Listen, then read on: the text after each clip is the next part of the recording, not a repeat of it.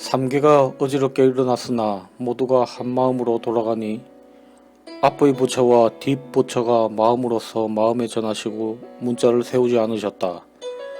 문자를 세우지 않는다면 무엇으로 마음을 삼습니까? 그대가 나에게 묻는 것이 곧 그대의 마음이며 내가 그대에게 대답하는 것이 곧 나의 마음이다. 만약 내가 마음이 없다면 무엇으로 그대에게 대답하겠으며 그대가 마음이 없다면 무엇으로 나에게 묻겠는가? 나에게 묻는 것이 곧 그대의 마음이다. 비롯함이 없는 먼 옛적부터 분별하고 움직이는 온갖 시간과 온갖 장소가 모두 그대의 본심이며 모두 그대의 본불이다. 마음 그대로가 곧 부처라 함도 이와 같다. 이 마음을 내놓고 달리 부처를 찾을 수 없으며 이 마음을 여의고 보리와 열반을 구한다는 것은 옳지 않다. 자성은 진실하여 인도 아니고 과도 아니다. 법 그대로가 마음이니 자기 마음이 부처이며 자기 마음이 보리이며 자기 마음이 열반이다. 만약 마음 밖에 부처와 보리가 있어 얻을 수가 있다고 말한다면 옳지 않다. 부처와 보리가 모두 어디에 있는가? 어떤 사람이 손으로 허공을 잡을 수 있겠는가? 허공이란 이름뿐이요 형상이 없으니 잡을 수도 없고 놓을 수도 없다.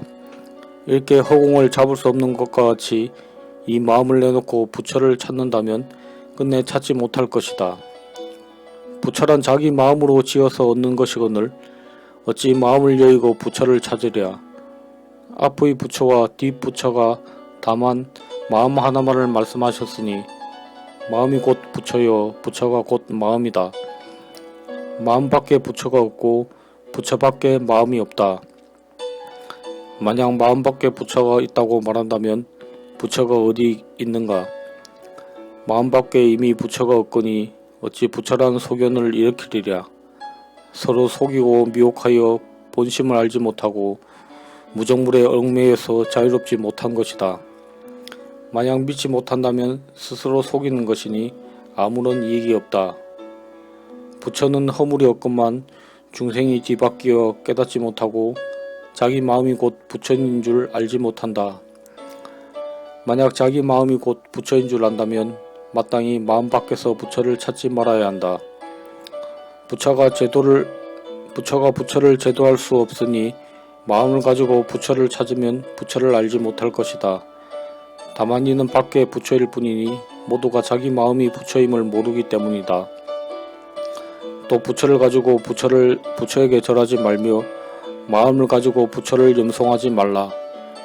부처는 경전을 읽지도 않으며 부처는 계율을 지니지도 않으며 부처는 계율을 범하지도 않으며 부처는 지님도 범함도 없으며 또한 선과 악을 짓지도 않는다.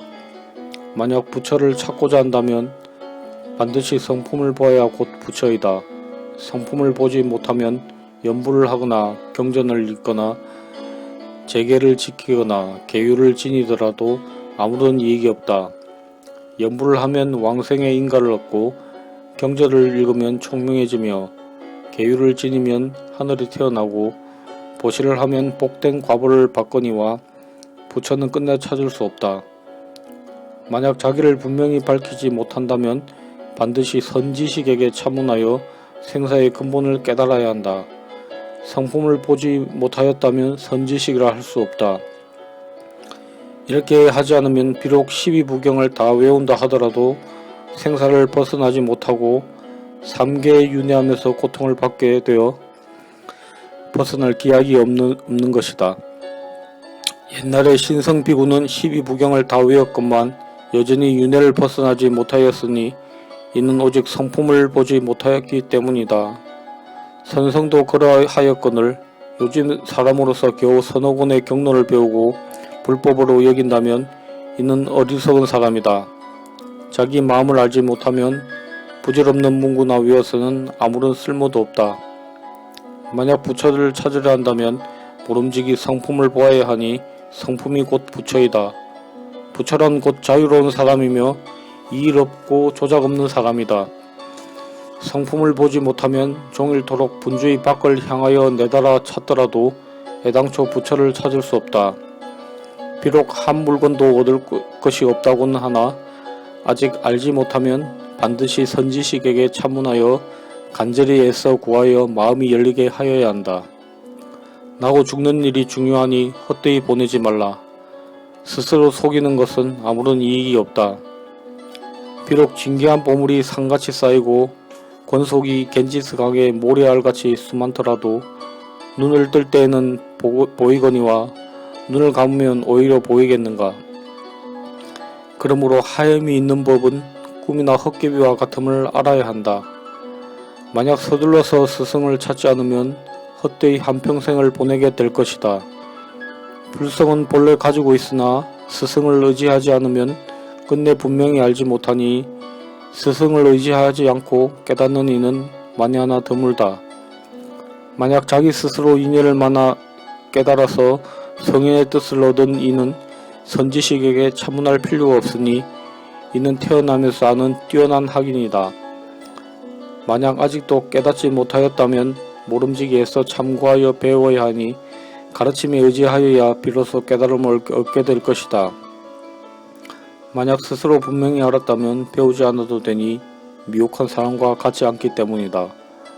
검은 것과 흰 것도 가리지 못하면서 망령되이 부처님의 가르침을 펴놓으라고 한다면 이것은 부처님을 비방하고 법을 어지럽히는 것이다.